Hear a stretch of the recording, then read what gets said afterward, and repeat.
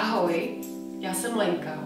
Jelikož mi píšete, že se vám líbí moje oblečení, které jsem měla na fotkách na Facebooku, na focení, které jsem vynesla do společnosti. Mimochodem udělalo mi to velkou radost. Tak jsem přemýšlela, co mám udělat se svým již nenošeným šatníkem. Já mám opravdu obrovský šatník, kde mám tuny oblečení a já to oblečení už nenosím. Zjistila jsem, že mám spoustu nových šatů, overallů, tunik, formálního i neformálního oblečení, dokonce i zimních bund a i kožichů. Tak mě napadlo, že bych toto oblečení mohla nechat někomu z vás za rozumnou cenu, kdo ho bude nosit.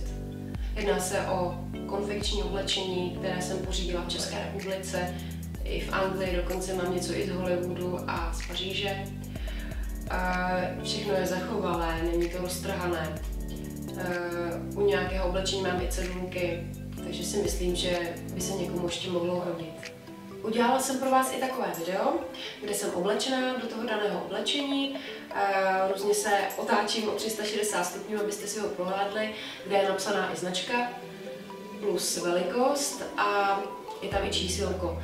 A když by se vám nějaké to oblečení zalíbilo, tak budu moc ráda, když mi napíšete jak do komentářů nebo i do zpráv, jaký ten kus oblečení vás zaujal a pak se můžeme dohodnout na předání.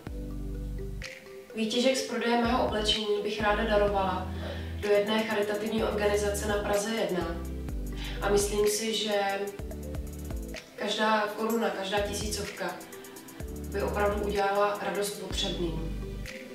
Do armády spásy je nesmysl dávat takovéto oblečení. Se většinou dává oblečení, které je bavlněné, s dlouhým rukavem, bez výstřihu, bez filtrů, bez glitrů, aby nebylo okrasné. Já většinou mám oblečení, které je opak od toho, co jsem vyjmenovala. Velmi si vážím zhlédnutí mého videa. Děkuji vám.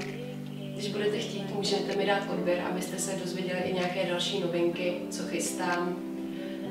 Určitě tento prodej oblečení není první ani poslední. Já mám opravdu velký šatník a ten byl vyřazen teprve nedávno a potřebuji ještě vyřadit další šatník. Takže s natáčením oblečení budu určitě pokračovat. Takže budu ráda, když budete moje video sdílet a budete ho šířit dál. Moc vám děkuji za zhlédnutí a mějte se krásně.